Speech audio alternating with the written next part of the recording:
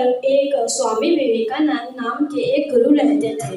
उनके 6 शिष्य उनकी बहुत आराधना और साधना करते थे। वह हमेशा से ही अपने गुरु की आज्ञा व उनका सम्मान करते थे।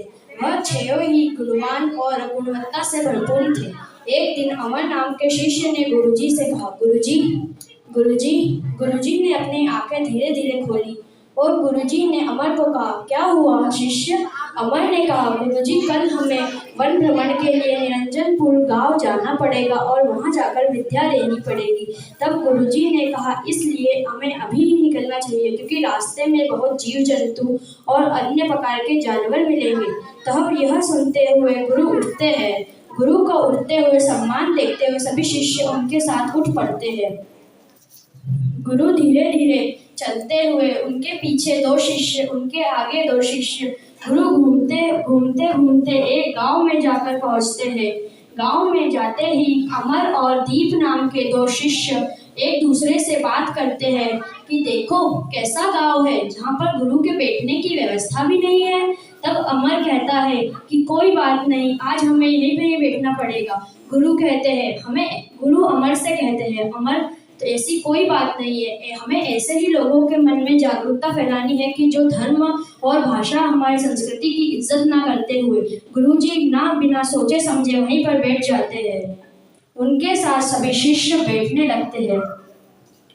अमर नाम का शिष्य अजय नाम के शिष्य से कहता है, अजय सुनो, हमें भोजन की व्यवस्था करने के लिए सभी गांव के लोगों से भोजन मांगने के लिए जाना पड़ेगा। तब वह लोग गुरु की आज्ञा लेते हुए भोजन मांगने के लिए निकल पड़ते हैं।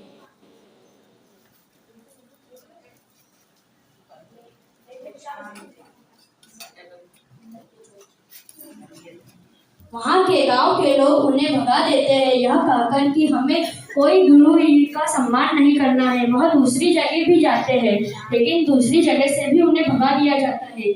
वह यह देखते हुए बहुत दुखी होते हैं और गुरु के चरणों में आकर कहते हैं कि गुरुदेव, हमें किसी भी गांव वालों ने भोजन और कुछ भी फल फ्रूट नहीं दिए। इस रात हमें भूखा ही पेट सोना पड़ेगा।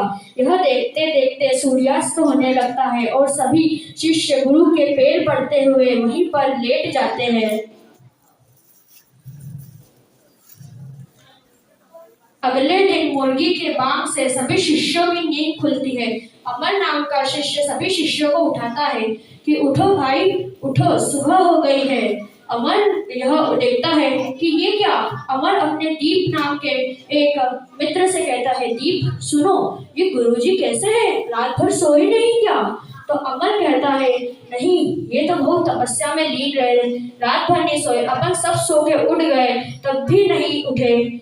गुरु को तपस्या में देखते हुए सभी शिष्य नहाने के लिए नदी तट पर जाने लगे और गुरुजी तो अपनी तपस्या में लीन ईश्वर की भक्ति करते हुए वहीं पर बैठे हुए थे। सभी शिष्य नहा धोकर वापस से अपने स्थान पर आने लगते हैं। वह एक एक कर गुरु की आराधना करने के लिए सभी एक जगह पर गोल आकार का एक गोला बनाकर बैठ जाते हैं। तभी अमर नाम का शिष्य एक गिलास लेकर गुरुजी के लिए पानी लेने जाता है। वह पानी लेकर आता है और गुरुजी को आवाज लगाता है, गुरुजी। गुरुजी की धीरे धीरे आंखें खुलती है। गुरुजी अपने दोनों हाथों में पानी लेते हैं और उठकर सूर्य की तरफ पानी को बहाते हैं और सूर्य की आराधना करते हैं। वह उठते हैं, फिर नीचे 2 कदम बैठकर वह पानी अपने हाथों में लेकर पीने लगते हैं। वह पानी पीने के बाद अपने शिष्यों से कहते हैं कि जाओ और गांव में यह ऐलान करो कि आज हम विद्या लेने के लिए गांव में आ रहे हैं, पीपल के झाड़ के नीचे। तब 2 शिष्य उठकर, अमर और विजय उठकर गांव के लोगों को यह कहने जाता है कि आज हमारे गुरु की आराधना और तपस्या का दिन है। तो कुछ लोग तो आने की इच्छा रखते हैं, लेकिन कुछ लोग उन्हें भगा देते हैं। तो वह भगाने के बाद वह गुरु के पास आके कहते हैं, गुरुजी, हमने सभी को पीपल के झाड़ के नीचे आने की अनुमति दे दी है। 3 शिष्य आगे आकर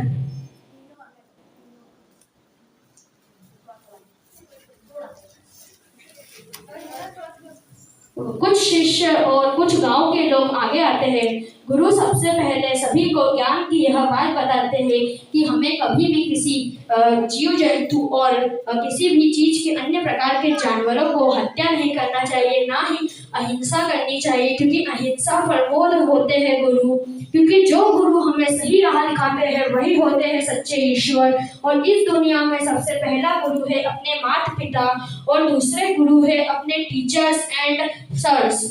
इसलिए गुरु सभी को यह कहते हैं कि हमें ऐसा नहीं करना चाहिए कि कुछ लोग होते हैं अहिंसा करते हैं और जानवरों को मार कर खा जाते हैं, लेकिन हमें ऐसा नहीं करना चाहिए। उन लोगों को भी रोकना चाहिए जो पेड़ काटते हैं और पेड़ काट कर कुछ कुछ चीजें बनाते हैं और या फिर जला देते हैं, क्योंकि पेड़ ही हमारे लिए जीवन है, उनमें भी जान होती है और उनमें भी जान होती है, वह भी बोलते हैं, बस वह कुछ हिलते ढुलते नहीं है, लेकिन जान तो सब में होती है ना। इसलिए गुरु सभी को आश्वासन देते हैं और गुरु अपने स्थान से उठते हैं। वो गुरु को उठता देख सभी शिष्य उठते हैं। गुरु 2 कदम आगे बढ़ते हैं और उन सभी को यह आशीर्वाद देते हैं कि तुम सब जाके बिछड़ जाओ। और गुरु घूमते घूमते पूरे गांव को यह आशीर्वाद देते हैं कि पूरा गांव जाकर यहीं पर अच्छे से रहो।